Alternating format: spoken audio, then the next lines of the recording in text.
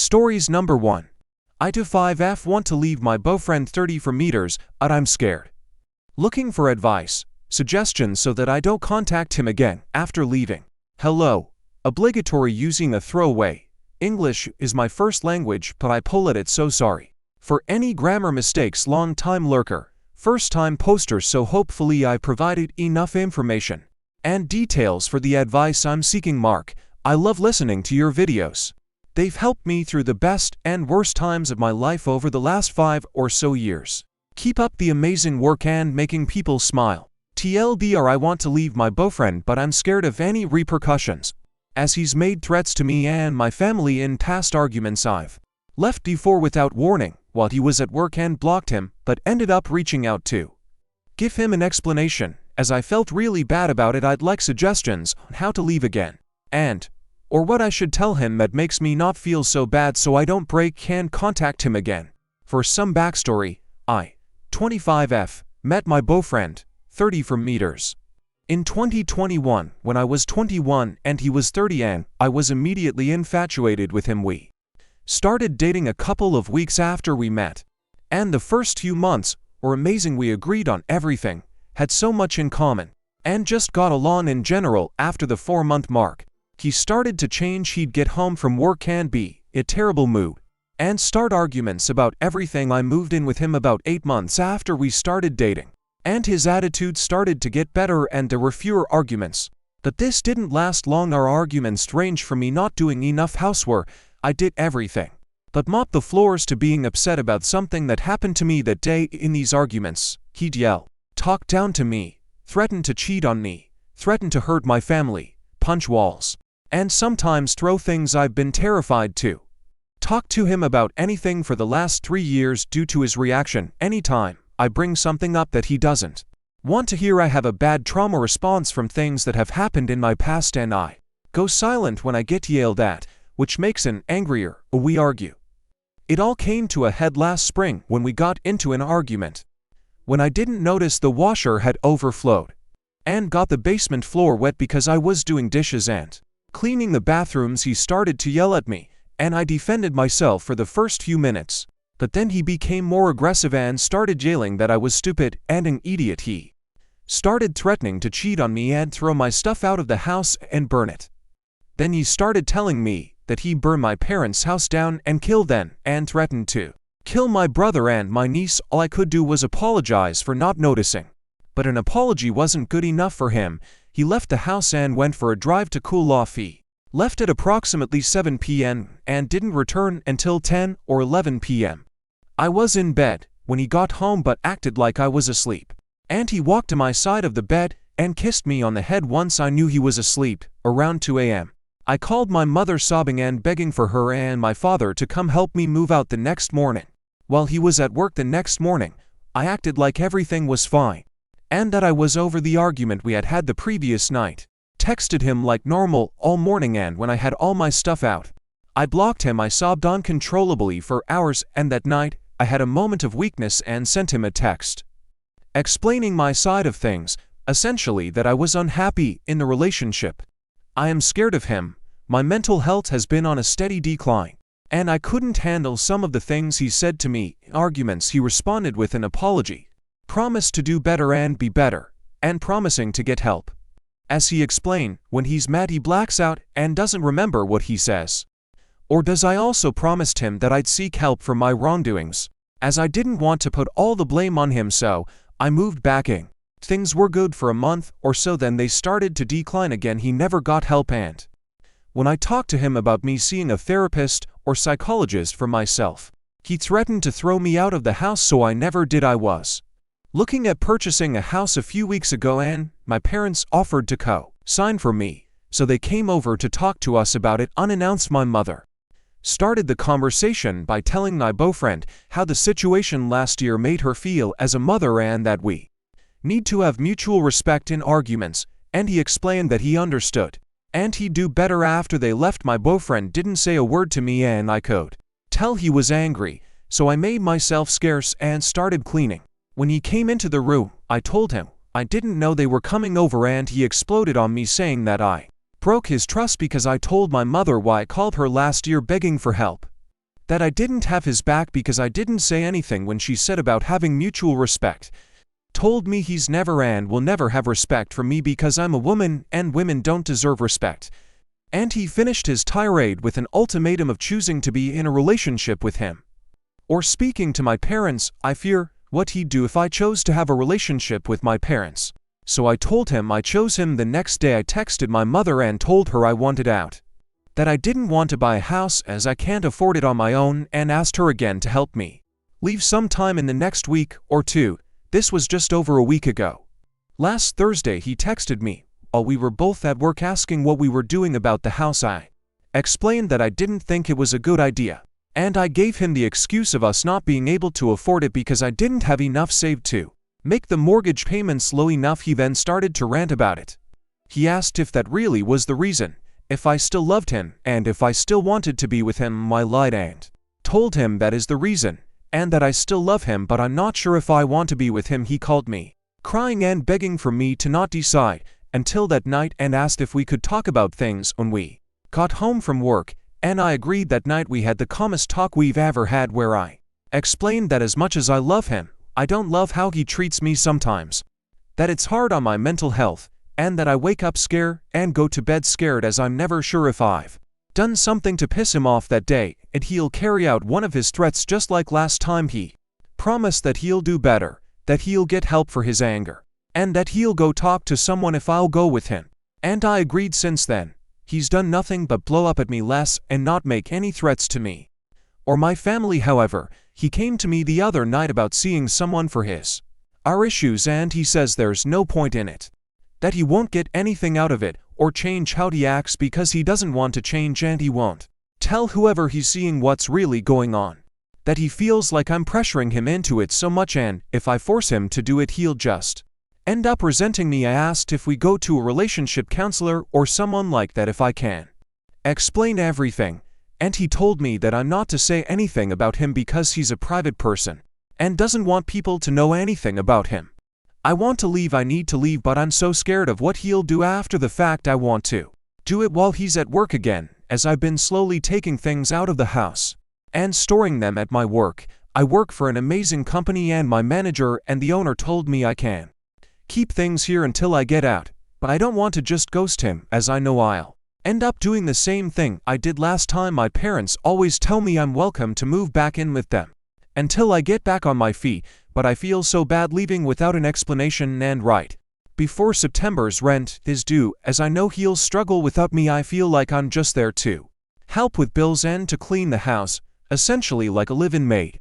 He's not abusive, he's never physically hurt me purposefully, but I want to have time to work on my mental health, and I'm not allowed to with him. I want to be my own person again, not feel so dependent on another person for happiness, have time for myself, rekindle old friendships if they allow, and accept my apology, heal from all my past trauma, and learn healthy ways to cope with it. I love him so much, and as much as I don't want to leave him, I know none of this can be done while I'm with him, and it's something I need to do. Any suggestions on how I should leave or what I should tell him when I do? I want to make sure I don't feel the need to contact him again after I leave. Stories number 2. Aita for not wanting to give more money to my family after they used nearly $200K on my brother. So I 32F have a tricky situation, and I don't know what should I do. I have a good job and make about $300,000 per year as I work in healthcare. I'm currently working in USRN while my family lives in a different country. I was always grateful for all the things they did for me, so I have been giving them money every month that I told them to save so they can live comfortably later on. All that money prob now amount up to about $200,000, which in our country is even way more. However, I recently found out they used all of it. Instead of saving it, they bought a super expensive car despite having to perfectly find normal cars. My dad told they gave the old car to my younger brother. My mom bought expensive jewelry, which she says she is saving for her future daughter-in-law, and they even used a bit of their savings and the leftover money to buy a small property that my brother can use and open a store or something, as he is leaving his job and moving in with parents to take care of them, and decided to work there. The thing is, I never said that they can use the money on my brother. It was for them to save and use in case of an emergency. My brother and I do not have a very good relationship from the beginning. And I had not been in contact with him for a long time because of stuff he did in the past. Like one time, he was annoyed that I told mom about his late sleeping habits. So he essentially snooped in my phone and contacted my exes through my phone so he could retrieve the previous texts and showed it to my mom. Now, I'm from a very conservative family. And my dad was super against the idea of me even talking to boys, so if he knew I had BFS in the past, then he would have certainly disowned me or stopped my college education and forced me to marry some dude who he approves of just to teach me a lesson. My brother knew all that, but still showed everything to my mom and was actually excited to see me getting punished. Hopefully my mom was understanding and asked my brother to never bring it up again, especially in front of dad. It was never brought up. But my relationship with my brother was never the same, as this was the last straw, and due to many other things. As he is simply selfish, I knew my family is controlling, so I finished my degree and was able to go to US for further studies. I met my now husband 35M while I was studying and got married despite my parents' disapproval due to him being from a different nationality. Due to all this, I don't have much contact with my parents, but still I felt I should help them as they took care of me for so many years. Didn't want to give my brother money because he had a perfectly okay job. And I don't have a relationship with him anyways. My parents say to not be so hostile, and that he is my brother and that he still loves me even when I told them that I don't want to be a part of his life. I am hurt. My parents used all the money like that, but I can't do anything. They say that since I gave it to them, it's their money, so they used it the way they wanted. That I am overreacting, as my brother is very much part of the family too, and it's normal for sisters to look out for their little brothers. I'd quit to say to them, it's like going back into childhood when I was forced to do his homework. Cows, well, sisters should look out for their brothers. I'm sorry for the long post, but I'd queer to vent about it. I am hesitant to give them more money, so I am afraid they will use it on my brother too. But Aita for thinking this way. TLD, our parents used up the money I gave them for their retirement and say I am being petty for being upset. Stories number 3. Aita for refusing to attend my sister's wedding because of a significant conflict with her fiancé. My 30F sister to 8F is getting married in a few months. I have a long-standing issue with her fiancé 31M. Due to a major disagreement we had last year, I feel like the issue was never properly resolved, and it makes me uncomfortable to be around him. I've tried to communicate my feelings to my sister, but she insists that her fiancé has changed and that I should put aside my feelings for her sake. I've expressed that I'm not comfortable attending the wedding under these circumstances. My sister is now very upset with me and is accusing me of trying to ruin her special day. Am I the asshole for not wanting to attend the wedding due to unresolved issues with her fiancé? Stories number 4. Aita for wanting to expose my sister's music instructor for being disgusting and a creep. My 18F sisters, one for F friend, one for F Nina, is in a bad situation and I don't know what the best thing to do is because my sister doesn't want me to get involved. But I think it's too late. They have been best friends since they were in elementary school. She is a sweet girl who comes from an unfortunate home life. My sister and Nina are both in their high school's music program. School started a few weeks ago, and after school the both of them practice for the upcoming show. There is a coach. I don't know how else to explain it, but he helps with their specific instrument. I don't want to give too many details away, so bear with me. This coach's name is Matt, and he is 23. Apparently after the first week of this after-school practice, he asked Nina for her Snapchat information and began talking to her, asking her vulgar questions. And from what my sister tells me, Nina said that Matt is eager to take her virginity. Don't want to get too graphic for all the creeps on here, but it's just no appropriate whatsoever. From what my sister tells me, they haven't slept together, but he picked her up during school hours to skip, and they had just kissed. I asked my sister if Nina's parents know, and she said that her mom found out that they kissed and messaged Matt to stay away from her, but I don't think that was enough. I told my sister that I'm going to tell our parents and the ouchu, but she told me if I do that, Nina will never talk to her again, and then she won't talk to me anymore. I understand her feelings, but I also can't look away as an adult. I want to message Matt to stay away and cuss him out, but I told the school officer instead, and he said that since he's not technically a school or city employee, there's not much they can do but do an investigation to let him go, but said they are not legally responsible for what happens after school. Stories number 5. Am I a bad person? Good morning Wilhovi, nice day. So dodea thinkamun, but unproductive Asia. 11th as a brackwid and chest eastwich and Semetameskupanchkok. Help them with fofference. Amaria lyraglyphantwiashantintintin. But most of them triuntine inchansons 2 days a week. Anthozia rethanastantis. Shipping quintran tenting and nnang. Saan hi. Good morning followity having a seed icant. Heavy a converstotianshan. Tion lipia blathation 3 friends fellow nerdsin chokil. Hokamova verstefonifo. Li told zelsfanafonita. Run off to zan stir for urfe one is a photographer. Tuis a shemis the foshinks 3 wetoth a say stuff. That's graphics. UI. Axtazigdartst. Semetamesbumafintwaa. Isthiomuka kluxluxluxlshli li. Lasts fornatoran 3 minsi just wadwatmol tudentactomisters. Unless a meet stoffa fontwyat. Complaineren spafontunken. Equimpultwasterfishtrashishesh. Theonlipper son swistenamantinthisthishinthistinassisisen. Saying gamoonhumen. Bad person. Emotionless. Haushwa will beferferts. If some athinchapons, mebiing gatoful teshocious. De kaus her bufersinis to weeks hewis nataltantla. Nu non of thatly fay. Uween pain. I feel sorry but wapaus. My kazoskam over 3 days sago budener shashushtida. Said mutual stuff. Good morning. Having a seed a that's one the dramum.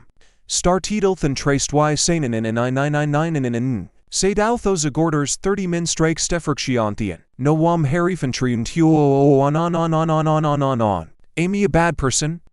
Stories number 6. Body work that has truly helped the Axantanes from getting older. Not massage and chiropractic, but what other kinds of body work have helped you personally with joint pain or the body being out of balance? For instance, I appear to have more problem areas on the left side. I feel I am not aligned somehow. I am finally starting to lose a little weight, which will help. I eat very healthily and walk a lot and do strength training. I gave up gluten and dairy several years ago. A great help with joint aches, but a friend recently raved about an adjustment an osteopath did for her eye. No, osteopathy is considered a pseudo-medical practice. Similar to chiropractic, chiro hasn't helped much, but I am curious if anyone's tried osteopathy or anything else that could help this 65-year-old body get more aligned and less achy. Stories number 7. Aita for not letting anyone know I had given birth.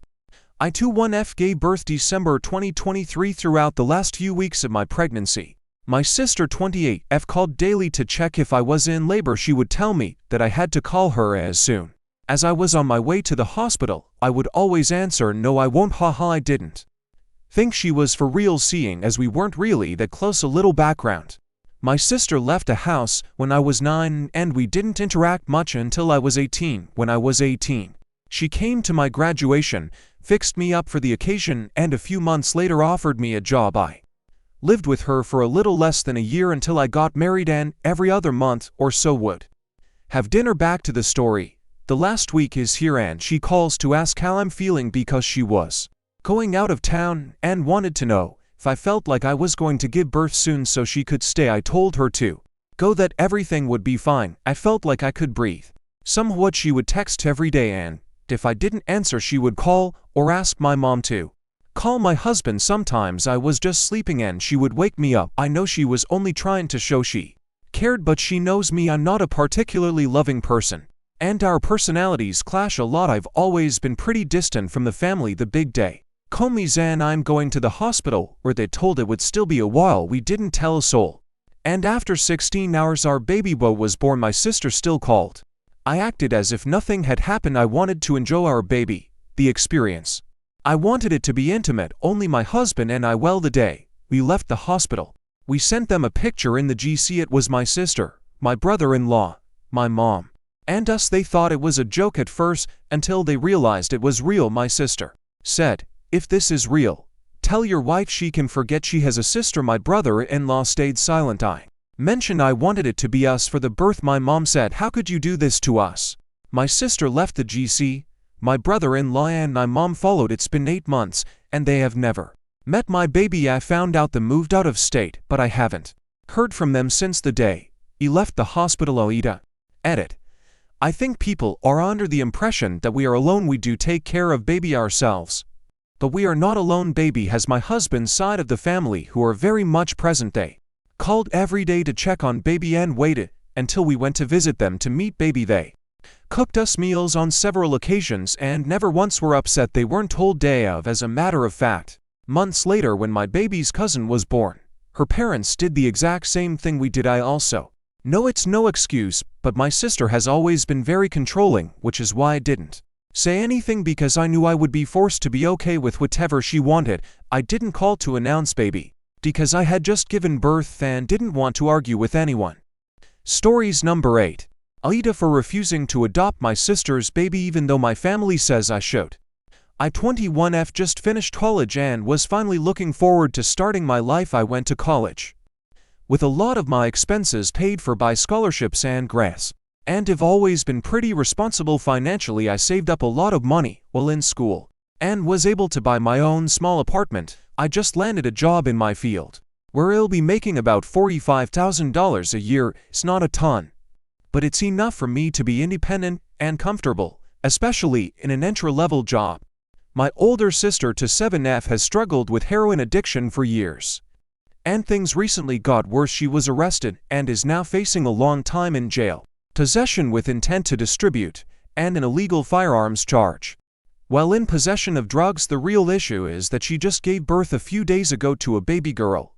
My niece, who was born addicted to heroin, the baby is still in the hospital, going through withdrawal, and it's absolutely heartbreaking to see this poor baby is innocent in all of this, and it kills me to think about the rough start she's having. Now, my family is pressuring me to adopt the baby. They say that because I'm the most stable one in the family, it's my responsibility to step up. Nobody else has the financial ability to add an extra person, especially a baby, to their home. They keep telling me that I'm the best option because I have my own place, a steady income, and no major responsibilities or kids of my own. Technically, I could do it, but I don't feel ready. I'm only 21. I just finished college and haven't even started my career. Yet, I'm terrified of taking on such a huge responsibility, especially for a newborn with special needs. I don't know the first thing about raising a child, let alone one who's been through so much already. I don't even really want kids. I've tried explaining this to my family, but they keep saying that I'm being selfish and that if I don't take her in, she'll end up in the foster care system. My mom even accused me of abandoning my niece, just like my sister did by getting involved with heroin. The worst part is that the baby is being discharged from the hospital in a few days, and the pressure from my family is getting more intense. I'm so close to breaking because I do care about my niece and I don't want her to suffer, but I'm also scared out of my mind that I won't be able to give her the life she deserves, and I'm worried that I'll end up feeling trapped or resentful. I feel like I'm damned if I do, damned if I don't. Edit. I have been told to put this in my post by a person who messaged me here. My family anti-Ardeniaiku applies here. I'm sorry I didn't put it in the original post. Stories number 9. Aita for not directly offering financial help to my fiancé.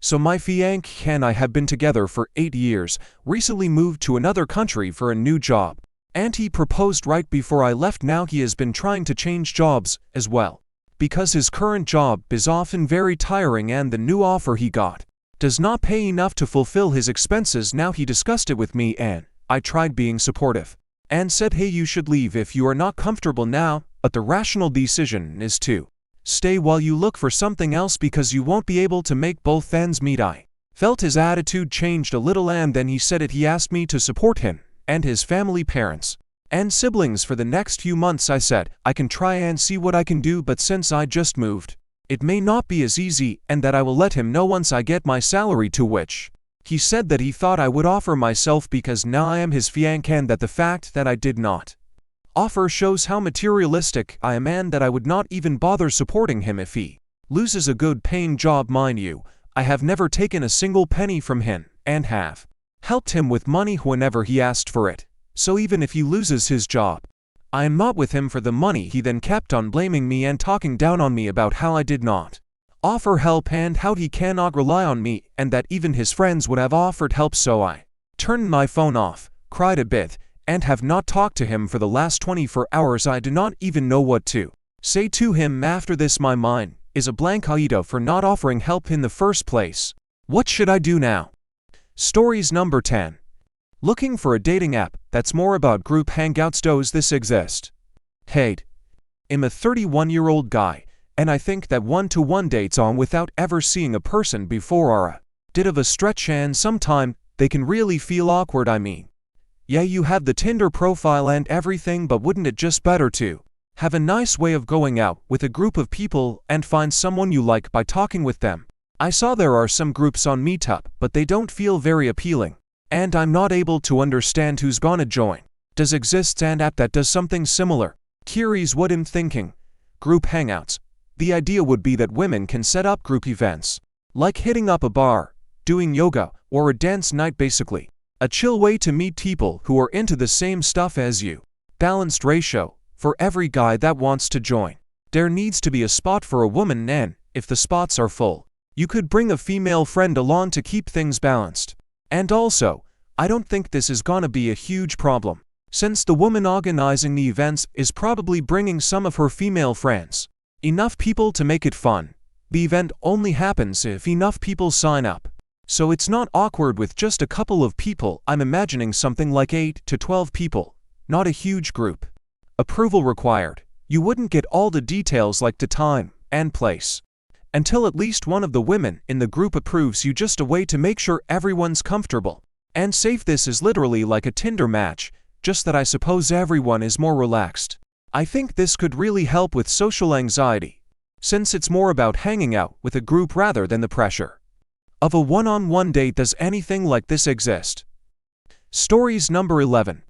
My mom got a $30,000 personal loan in my name without my knowledge. The account is from February, which was when they bought a boat. Now, they've missed for payments and told me they're going to let it default since the boat can't be repossessed, and they're going to call DCFS on me.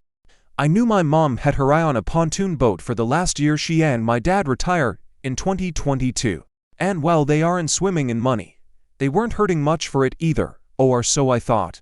They bought a boat in February for a little over $30,000. I didn't think a lot of it, since they always rented a pontoon boat 2 to 3 times a year, and didn't appear to have money issues. At the start of July, I began getting my ducks in a row to buy a house. When I applied for a pre-approval, I found out my credit score was barely over 600 and I had an extra $30,000 plus in debt I had no idea about. Even worse, it was 90 days late. I told the lender the account wasn't mine, and he said my identity had probably been stolen, but it was probably someone close to me, as the money would have had to go to a bank account with my name on it. I shared a bank account with my ex-fiancée and asked the bank to look into it. They said the account had been closed a couple of years ago when we broke up, and no attempts to send money to it, take money from it, have been made since I filed a dispute with the company and the credit agencies, as it was obvious to me had been hacked or my identity had been stolen. About a week ago, I got a notice from the company to my apartment. First I had ever heard from them, saying they were going to charge off the account if payment wasn't made. I requested more information from them, and they linked me to their fraud department. They were able to tell me where the money was sent to a bank account from when I was a minor that I shared with my mom. When I called that bank, they confirmed there was activity on the account, and the statements showed the loan coming in and almost all of the money being transferred into what looks like my mom's account at the same bank. I haven't used that bank in more than a decade. I called my mom and asked her about it, and she, after a long pause, said that's how they bought the boat. They made one payment on the account and realized they probably couldn't afford the monthly payment for the next 5 years. When I asked why they hadn't told me, she said it was because they figure I would say no. They were right, and that they had worked hard in their lives and wanted to enjoy retirement. It ended by them saying the boat couldn't be repossessed because it was a personal loan. My mom suggested declaring bankruptcy, and I told them I was going to the police. My mom said not to do that because they wouldn't take it seriously. When I told her I was doing it anyway, she hinted that she might have to call the CFS on me. My 2-year-old burned themselves on a hot pan earlier this year. Simple a visit and was told accidents happen. He's fine. Regarding an unsafe home, I think I'm still going to the police because declaring bankruptcy would make it impossible to buy a house. I just needed to vent and looking for any advice. Stories number 12. Woman at my workplace being confrontational and gunning for me. F25 started working there a month ago and initially had no problem with Stacy F 40 to 50. Stacy works with her daughter who is around my age and is very unreliable, constantly canceling shifts causing issues for the entire team. I get on well with everyone who works there. I had no issues with either Stacy or her daughter Stacy. Started moaning that both their shifts being given to me, although other staff have mentioned they asked for this a month prior. Now they have less money coming in, they're changing their minds. Stacy has brought up sentences like, "It's so unfair, all the shifts are being given to the new people directly in front of me." Since then she has tried to blame me for breaking a toilet and walked up to me immediately blaming myself without asking any questions. When we had plumbing issues elsewhere that day, she has spoken about me with another staff member whispering in front of me, told me not to interfere when I offered to move something for her knowing she has health issues and struggles physically, a heat wave, and the other day she decided to blame me for us being behind on schedule. When it was a group effort, I snapped and told her, "You tell me not to interfere with you, so don't interfere with me." She then said I was being rude and I walked away. Later that evening she asks me a question as I'm walking to a bin with hazardous waste. I answer her while still walking to put it away and she snaps, "Look at me while I'm talking to you. I've mentioned this to supervisors and they say they're going to relay it to management. But does anyone have any experience dealing with this before? What do I say to the management or to Stacy to get this to calm down and change immediately?" Stories number 13. AO. Caught my wife texting. We met young in college and got married right after grad school a while ago. My wife was texting a co-worker, and I thought nothing of it. A few months ago, while talking, she brought him up during a convo about her work, eventually told me how he was complaining about his wife, etc. I didn't think too much of it, be seen, never in a million years would I think my wife would cheat. But I basically told her it's inappropriate and could lead to emotional affair, etc. Combo seemed to go fine and no big deal for either of us. So a few days ago, he got out with friends to a bar. I wasn't feeling it and left around 10. Knowing she was fine with all of her girlfriends and had a ride home.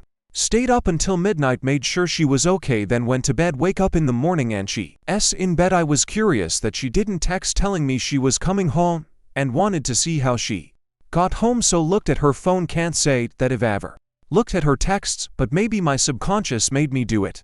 Anyways, so I see that she was texting her coworker after I left bar. She started texting him telling him she wanted to see him. He responded that people would see them, etc. Then my wife responded they could meet in the bathroom. Then he responded jokingly saying, "Good thing you delete your messages." So I scroll up and yes, she has no older messages from him, even though I'm sure they have to text each other for work, etc. So I wake her up. She's hungover. I'm in shock she did this. I show her the texts and she looks surprised and confused. Long story short, she denies they have done anything physical, loves me, etc. She won't let me confront him even though she knows she screwed up, etc. I got a hotel and my dad came down to help me get through this audio. Stories number 14. Are people still holding Beanie Babies because they're worth something? In a way that I'm guessing is similar to a lot of people between 35 to 50 years old. My wife has a ton of Beanie Babies, like a ton. Everyone has always referred to how there are some really rare collectible ones and some are super expensive, with the asterisk that they're in perfect condition with perfect tags and find the willing buyers, etc. But I guess my question is, are they actually worth anything? Are any of you out there selling them for more than $5 here and there? She has some very rare ones and ones that I remember hearing were super valuable and or rare.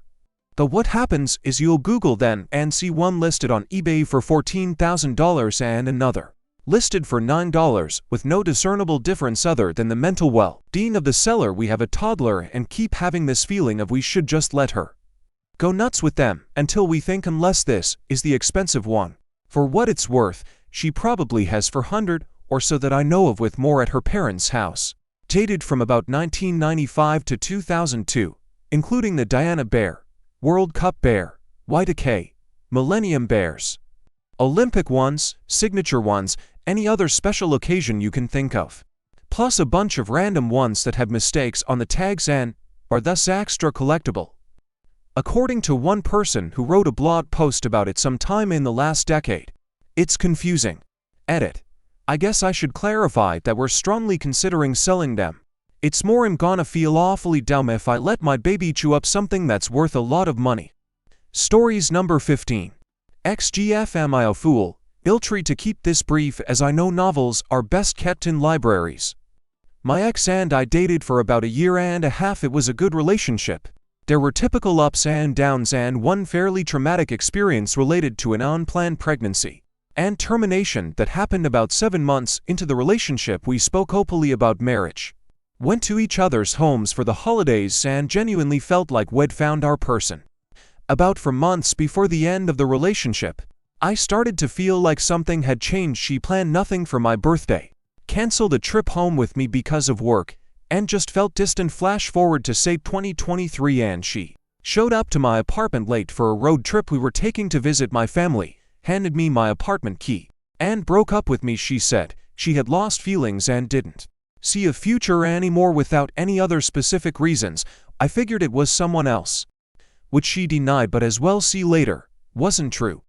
We didn't talk for almost a month and a half. She told a mutual friend how surprised she was I hadn't been reaching out and that the breakup almost felt mutual. After a month and a half, she reaches out with some clothing of mine to return. She admitted later she just wanted an excuse to see me. We saw each other, and she ended up spending the night, but then went quiet and a week later told me it was confusing for her and making her second guess her decision. One thing led to another and we ended up effectively being together again for 2 months, until she suddenly pulled back and told me after prompting that she didn't want to see me anymore.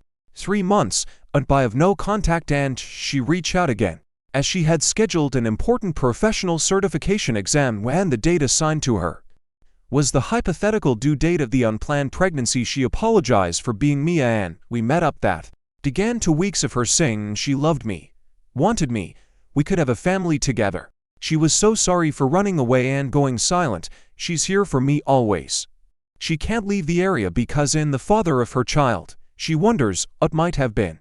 Blah blah blah. After those 2 weeks she went home for a family event, and when she returned she was distant again. She had given me her apartment key before she left just because, and now wanted it back to hire a dog walker. I asked her what was going on and she said she didn't think she was in love with me and couldn't give me what I wanted. I found out in this convo that when she left me the first time, she immediately jumped to another guy she'd had a crush on before she and I started dating. He had recently become single.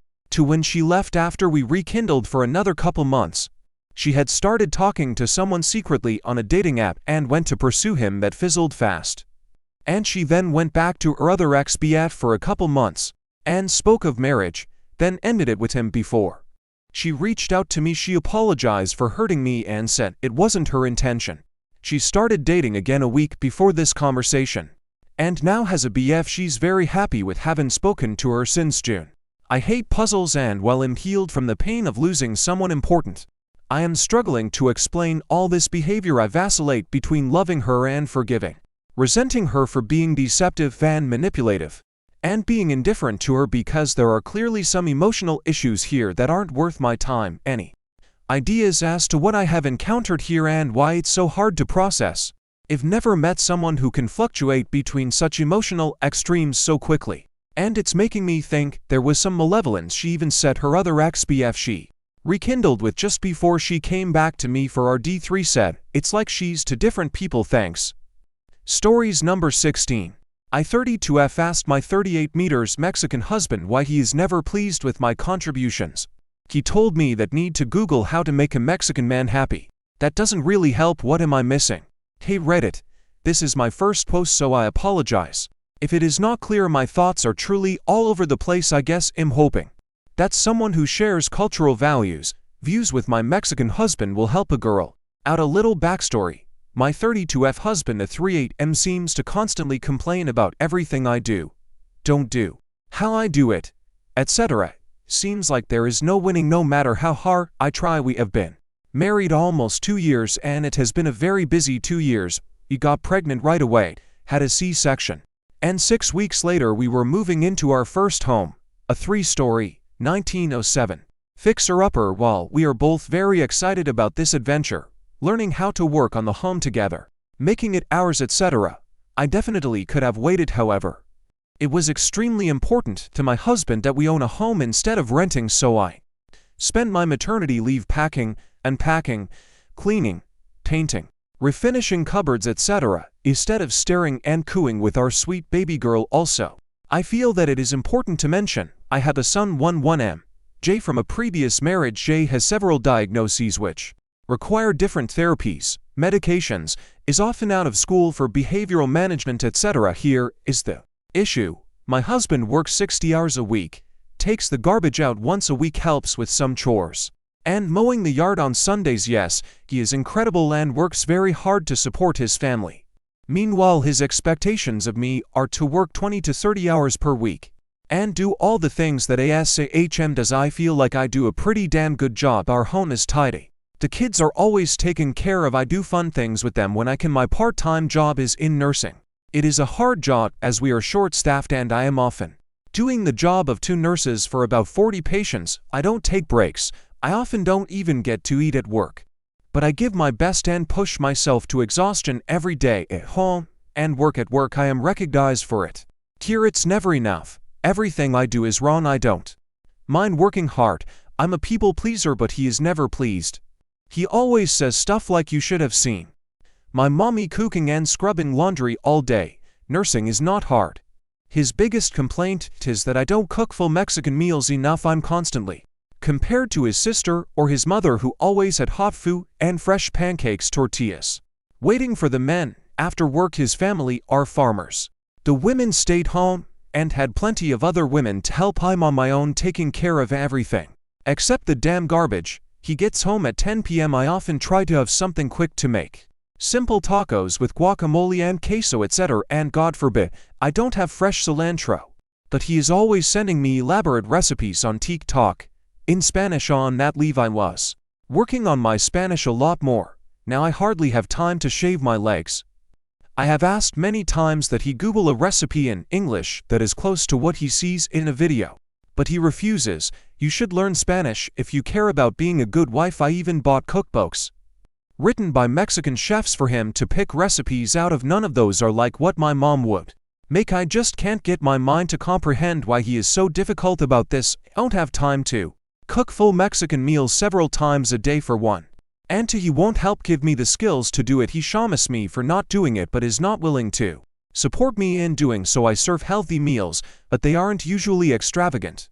Our daughter might have an egg, yogurt, and fruit for breakfast, some shredded chicken, frijoles, and avocado for lunch, etc. Simple, but well-balanced. She is also still breastfed.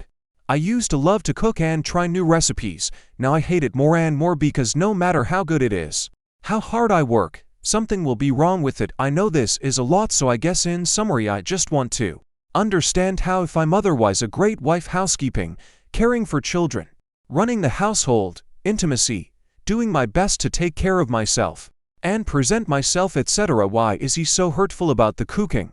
Why does my lack of time or skill to make full Mexican meals at 10 p.m. every night make me a terrible wife? Does Spanish, Latino culture place so much importance on food that it ends your marriage if your wife is a crappy cook?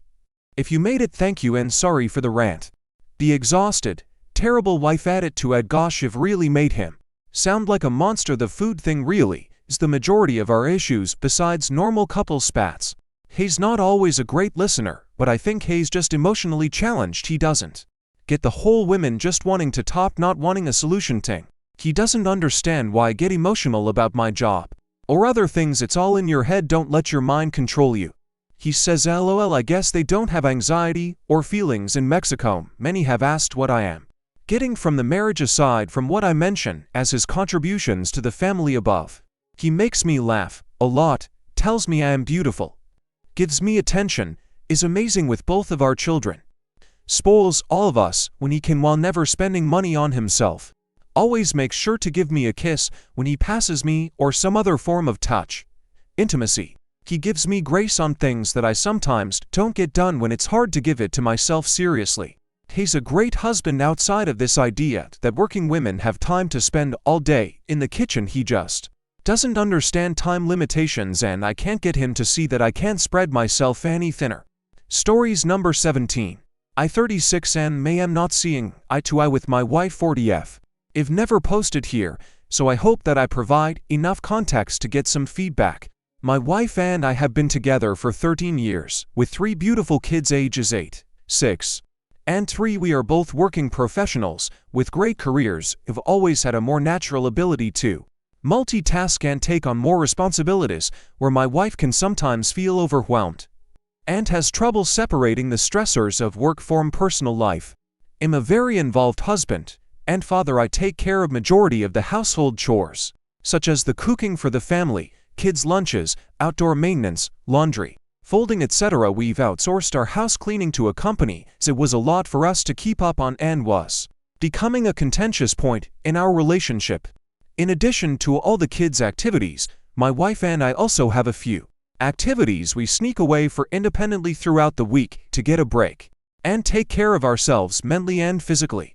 When it comes to the kids, I'm often the one who wakes up in the morning, gets them ready for the day. They are great kids, but my wife finds it hard watch them all, as it can be exhausting, as all parents can relate.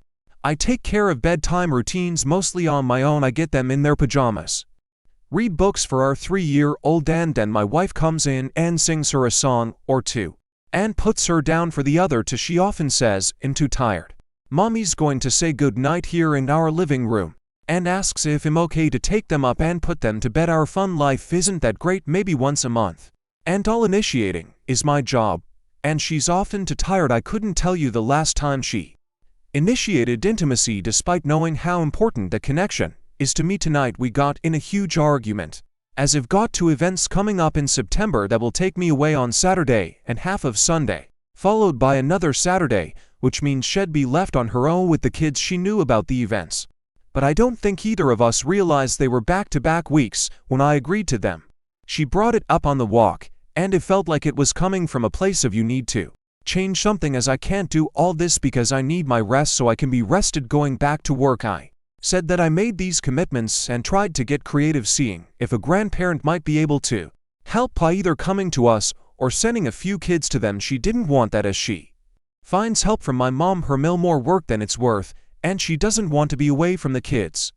It's probably important to note that it's our anniversary one of those weekends, which happens to also be on my birthday. We've always had an understanding that we'd celebrate my birthday first and figure out a day to celebrate our marriage. While we don't have plans yet for our 11th anniversary, it's something we'd usually figure out a week or two before, unless it's a big one. She freaked out on me that I don't see things from her perspective, and that I should be more understanding. Meanwhile, I give this household everything. Rarely am gone from the family, and always support her for nights out with her girlfriends for dinner or girls' trips. I'm by no means a perfect husband or father, but I feel like I give everything. And when I stand up for myself, it just creates these issues and tension. She says, "I don't understand her or look at thin GFS from her perspective." To be honest, she's not wrong when it comes to this. Why the hell is this such a big deal? What's the bigger problem? Am I just an asshole? I feel like absolute shit after the argument, but part of me deep down thinks that I've done nothing wrong. Stories number 18. Aita for thinking about abandoning my grandfather due to lack of help from close relatives. I 26F agreed to becoming the POA for my grandfather a few years ago when we had a medical scare with him. He had a simple surgery to remove a small, yet cancerous mass in his colon and has been cancer-free since then. He told me that he trusted me the most to becoming his POA, since I was the sanest person in our immediate family, despite him having 2 grown daughters, my mother and aunt. I was a recent college graduate and freshly married at the time. However, as life does what it does, I have had to use my POA status at the most difficult part of my life. As I am now a mom of 2, a toddler and newborn, I became a SAHM because we could not afford daycare, and I don't have any immediate family who is available to babysit. I think this is enough context for my situation. Within the last year, my grandfather had developed a cyst in his knee, disabling him from walking and making it difficult to do daily activities. My mom and brother both live with my grandfather, and at the time of this issue starting, my joblessness brother at the time and mom could not care for him properly. Within 1 week of the pain in his knee starting, he became immobile developing incontinence, and was delusional. I became aware of the situation close to the end of him being this way. I was only informed a few weeks prior that he was having pain in his knee and had a small limp. The last I heard of him was when it made it hard for him to get up, and my mom had told me that he was important to just get bed rest from and a visit for the pain he was experiencing toward the end of that week. I decided to visit him and check on him. When I saw him, he was incontinent and completely delusional in and out of what seemed to me him slowly sleeping his state away. My brother then told me how hard it had been on him to lift him up and clean him up himself all week since my mom was at work and my grandfather was practically dead weight. I checked his legs and saw that he had been wearing his socks and shoes all weekend. When I removed them, his feet were covered in giant blisters. So as I ran to the store to retrieve medicine and bandages to clean and disinfect his feet so they could dry out for the night. Nobody had bothered to even check his feet and remove his shoes. I then found out that he had been sleeping in the armchair he sat in the entire week. At the time, I knew my mother was working full-time, and that my brother, who I can't tell if he is on the spectrum or just oblivious to everything, was trying somewhat to help out. But I was upset that my mom did not even take matters into her own hands. My mom and aunt have always feuded over things, and my mother, who attempted to reach out for help from my aunt, was given a figure-it-out-for-yourself response. She probably wanted help but also wanted someone else to do it for her, but I wasn't entirely sure. So the last night my grandfather was at his house, which was the second day I came back to see him and check on his feet, I walked into my mom and brother both holding him up and cleaning him off because he pooped himself. I stepped in to help, and because I had found out then that sleeping with his feet up was not helping, I told my mom to switch rooms with him. That suggestion threw my mom into defensive, arguing how her knees hurt to go upstairs. For more context, my mom slept downstairs and my grandfather's room was upstairs. I was surprised that they did not offer him her room to begin with. It was much easier to clean him up in bed than holding him up. After arguing with her what was right and what was wrong, she left my brother and I to finish cleaning him up, going to bed in her temporary room so I could have my way. The next morning at 3 a.m., I received a text from my grandfather's neighbor, who watches out for him a lot, that an ambulance was at the house. He had fallen out of bed trying to get up and hit his head.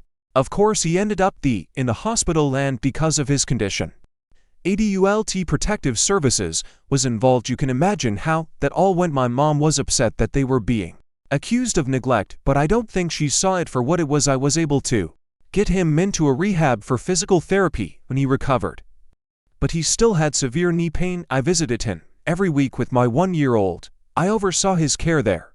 I organized all his appointments afterwards, and my aunt, who lived close by to the facility, visited him daily to check on him and the treatment he was receiving there. My mom visited once a week, if she could. That is, if she wasn't tired. We were able to get him into an assisted living facility next to the rehab, and I continued to visit him each week and take him to his doctor appointments until I was heavily pregnant with my second, while looking in almost 2 years, who is a wild child. He ended up having knee replacement surgery and was using a walker instead of a wheelchair. Yes, I pushed him around to his appointments while pregnant and with a toddler most of the time.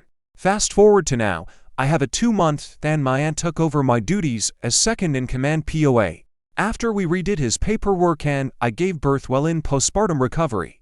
My grandfather had another infection in his knee and had to have emergency surgery, all of which she coordinated and updated me on. My aunt, who had the summer off, is back at work and will no longer be able to take him to his appointments because she can't take off work. Keep in mind he may have an appointment once a month or twice. I got most of them taken care of the past year. I found out a couple days ago that his knee is acting up again. I was able to get a visit scheduled tomorrow. Before it gets worse, my mom is retiring in a few days, and I told her she would be taking him to his doctor appointments while she finds a work-from-home job that easier than physical labor. She agreed to do so earlier this year when she talked of retiring.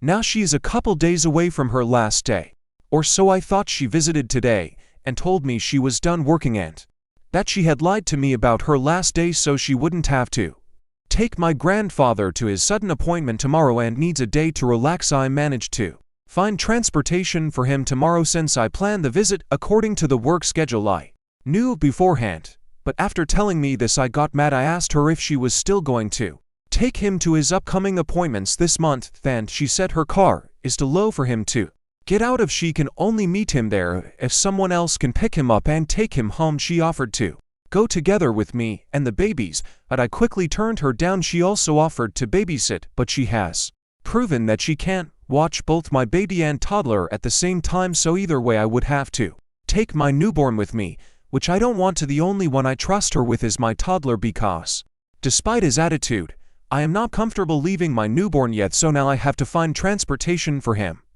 or pick him up with a toddler and a newborn. This has been an ongoing issue with her helping out with anything for my grandfather. I am at my breaking point and I barely ask her for anything.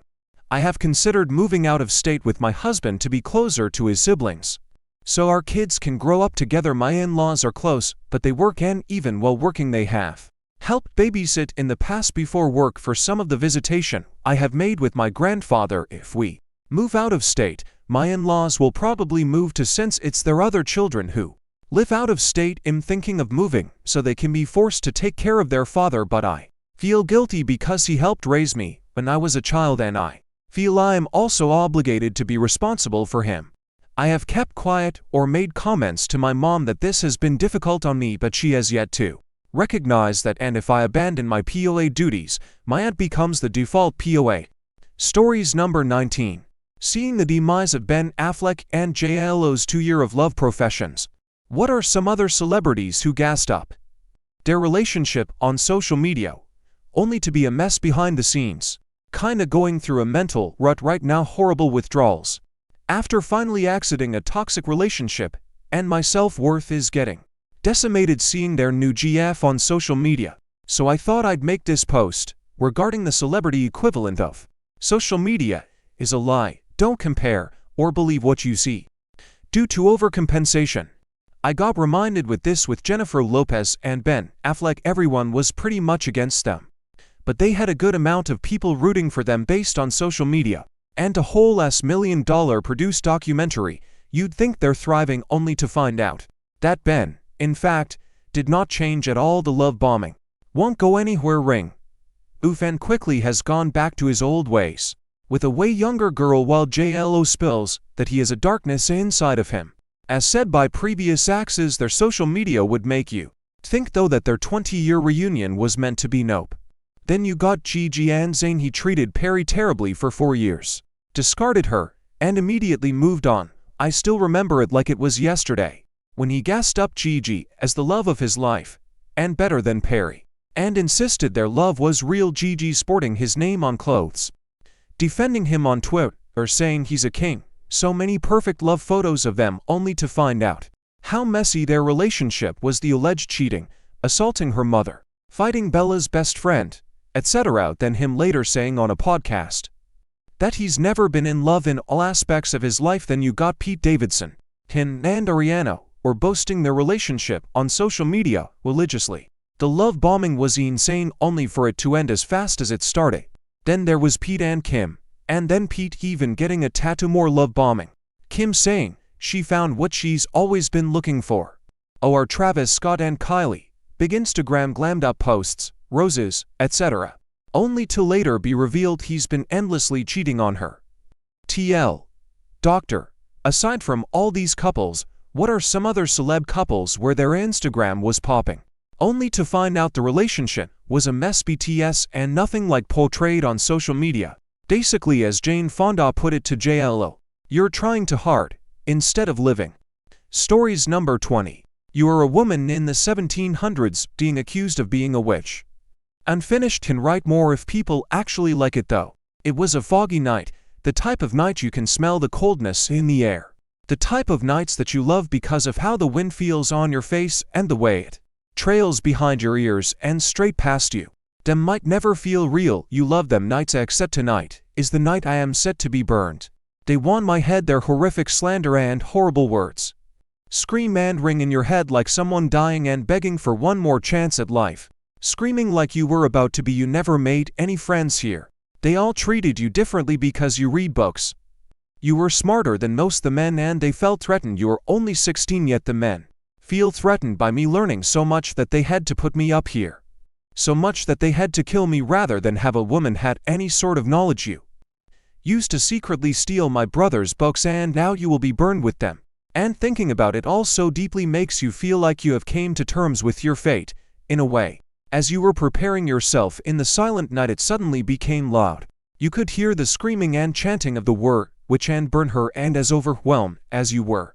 You had already made your peace with it. Rough hands dragged you to the stake where awful slurs were thrown at you and naturally you were entirely humiliated and mocked, just for being a woman who was smart.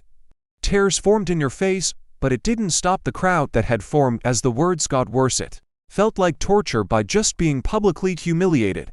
In desperation you just wanted them to hurry and burn you because staying up here and listening to their harsh words was worse than any flames. As they tugged you onto the stake, the flames that were once fierce dissolved into nothing. Your brain scattering everywhere. This was not possible, was it? Your frantic face surged as the crowd's cheers for death got louder and that's when you saw her. A face hidden in the bushes and sheltered by the trees. It was her. She had saved you, but how did she expect to save you from the crowd without being seen or captured? Stories number 21. Our cat is sick. Should I go on this trip alone? Wow. I'm so glad I stumbled upon this subreddit because I hate making decisions and am stressed. Here's the situation. I'm supposed to leave tomorrow for a week-long trip to Portugal with my boyfriend.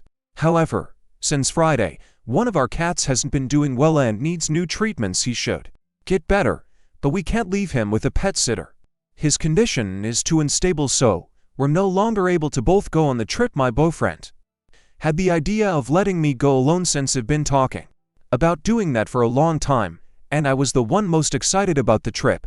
However, I'm a very anxious person who always catastrophizes if already had a bad trip. Separated from my boyfriend, where I had to come back early due to anxiety. That was 7 years ago. I've been in therapy since then, and am doing much better. Leaving my sick cat behind triggers my stress and attachment issues. I'm afraid of missing him too much and not being able to sleep, which is what led me to come back early 7 years ago. I'm also scared that tomorrow could be the last time I say goodbye to him. But I really want to go on this trip, and we would lose all the money we spent. What should I do? Stories number 22. Aita for not wanting to meet my estranged mom and her family simply out of jealousy. My dad left me and my mom when I was 10. I knew why. My mom is a psychotic, emotionally and mentally abusive piece of shit, but I can't forgive him leaving him with her simply because he wanted a new life that didn't include his past, and well, I look like my mom, lol. So there I was stuck taking care of a woman that wasn't shy to let me know how much of a failure I was, and how much I ruined her life, and how she wished every day I die. I still loved her, so I just pushed my feelings down and would take care of her, bath her and feed her. At 15 she was taken away to a mental hospital after brutalizing my face with bottle. I almost became blind. CPS tried contacting my father, but surprise, surprise, he already had his dream life and didn't want his bastard son to ruin it, so I was sent into foster care. By then, I was too angry and too violent to stick to one home. I used to either run away, fight my foster family, or just become a monster. At 18 I fell in love with the worst girl I could find, and we got pregnant quickly and married. In the next months, my eldest son Vince was born. That was the first time I felt genuinely happy to be alive. Holding him, kissing him, gave me a breath of air I didn't know I had then. I was blessed more with my twins RJ and Stan. Soon after, when the boys were pretty young, their mother skipped town and just never came back. I didn't look for her nor cared enough to do so. For now it's just been me and them, and that was the best my life could have turned out. They're so kind, nice, and have so much hope in the future, more than I ever had. They're nothing like me and I love that. Now things are changing again. When my mother reached out, I don't know how she even found my contact, but she did. She basically sent me a long message saying she got the help she needed in the mental hospital and was proper now. She said she didn't want to reach out when she got out since she knew I didn't want to see her, so she kept with her life knowing someday she'd want to see me again. She told me she had 3 kids, 2 boys and 2 girls, and had remarried. Basically she was just saying how great her life turned out without me, lol. I didn't read the rest. I didn't want to hear that, which is bullshit apology, and just blocked the contact. 6 months after she reached sore again, this time on my front door. She tried hugging me. I pushed her enough for her to Fall her kids and husband came running out the car, but she got up and told them not to do anything since she deserved it. I told her to get her crazy ass off my porch and she started crying saying she just wanted to see me and just begged for forgiveness. Shit, never get. I started tearing up. I've never seen her cry and it did play on my heartstring, but I wasn't going to let her in my life. I yelled at them and threatening them with violence if they didn't leave, and I guess I seemed serious enough because they left not before her son called me a bitch. I told him to ask his crazy mom where I got my scar from and that shut him up. She sent me one more message asking, apart from everything, why I didn't want her to at least try to atone for her past. I told her simply I was jealous that her kids never saw that side of her. Her kids had a mom that made cookies, played with them when I got the devil's spawn. She texted back she understood, but her kids have been harassing me, saying jealousy isn't enough since she's actually sorry and wants to be in my life again. And I don't know how much in killing her by doing this. I'm just here to ask for my consciousness. I feel like I'm going crazy over this and my mind is becoming a blur again. I don't know what to do. I know she knows about my kids and maybe that's her push. Maybe I and just an ass for taking a grandma and a bigger family from my bows because of this. TS. Sorry for horrible grammar, typed it too fast. Stories number 23. Uncomfortable with boss telling me to ignore a corporate policy. For context, I'm not saying my boss makes me uncomfortable. He's a great guy, but although the hotel is nice, the people that stay there creep me out. He also makes me call and book instead of using the corporate mandated travel policy. It makes us use a travel agency. Been advised by other managers at his level that I should not be doing this, but when I did it the right way, he called me and complained about what I was doing. I'm unsure of what to do. There's been a bunch of people fired lately for going against policy, but also I don't want to piss off my boss. I also really don't want to stay there. Stories number 24. Aita for not co-signing my boyfriend's refinancing of his mortgage when my name is not on the house and I have no legal recourse if something goes wrong. My boyfriend is mad at me, even though he says he loves me, because I wouldn't co-sign his remortgage deal on his house that my name is not and will not be on. He extended his credit cards and wants to pay that off with the refinance, plus pay other bills. I am not on the mortgage. Just would be the person to guarantee the loan. If he doesn't pay, I live in the house, but pay bills too. Live there including electric, internet, etc. He works from home, but it hasn't been going well since COVID. He said he would get a job outside the house, but hasn't. He blames me for his financial situation because in his mind, I have caused this by not incurring his mortgage debt. Am I really the asshole here? Stories number 25. Aita for telling my fiancé I will become a better cook once he becomes a real man like my brother. My fiancé to 5M proposed to me 24F last month. We have been dating for years. My fiancé loves his mom's food, but it annoys me whenever he says I should cook like her and open up my cooking repertoire. I have told him many times before that I don't like the comparisons, that he doesn't stop and keeps talking about his mom's cooking. It makes me very insecure. And I feel sort of worthless because I try my best every time I cook for my fiancé. Well, a couple of nights ago, I sort of snapped. My fiancé has always had a thin physique and has been insecure about his body. He always asks reassurances from me that I find him attractive, which I always give him. However, a couple of nights ago, when he asked me to cook like his mom again, I said that I would become a better cook once he becomes a real man like my brother. My brother served in the military. He is built differently. And my fiancé, he has a muscular build with a lot of tattoos, while my fiancé is skinny and works in IT. The minute I said that, my fiancé became silent and did not to speak to me the rest of the night. He seemed really sad even the next day, and we barely spoke. I feel guilty for hitting at one of his insecurities. I just wanted him to stop comparing me with his mother. Was it Thea? Stories number 26. Can someone purposely travel to a deserted island for their final days? My dad 7M was diagnosed with Alzheimer's approximately 4 years ago. He was in great physical shape and lived a semi-normal life with the help of my mom for a good 2.5 years after diagnosis. When my mom could no longer physically take care of him, he was placed in an excellent care facility. The title question is not about my dad, but for me. I for 2M in excellent health, both physically and mentally. Watching my dad slowly deteriorate has been hard. It also has me Thinking about my own mortality, under no circumstances do I want my final days to be a costly $10,000 month nursing home facility, where I am spoon-fed and have my diapers changed till I pass. I would much rather live my final days having one last adventure. And if I die from malnutrition, weather exposure, or something else, that all sounds better to me than what my fate would be in a nursing home. I am married with 2 kids. And when I mentioned this idea to them, they thought it sounded sad. So I guess my question is, has anyone heard of someone doing this? How would one go about finding a deserted island? In my mind, I'm thinking of getting dropped off with supplies for fishing and survival. Here, any thoughts or feedback would be appreciated.